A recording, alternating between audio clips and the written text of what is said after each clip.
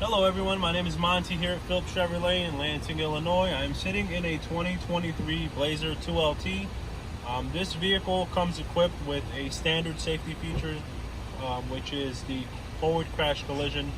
And let me show you how to access the settings on the forward crash collision. Take a look.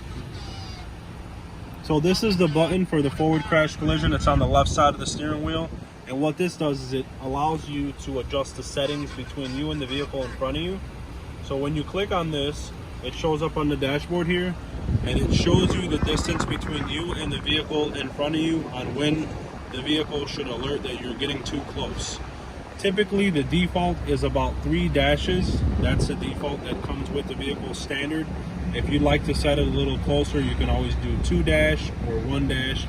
And as you get closer to the vehicle in front of you, it will alert you to stop the vehicle.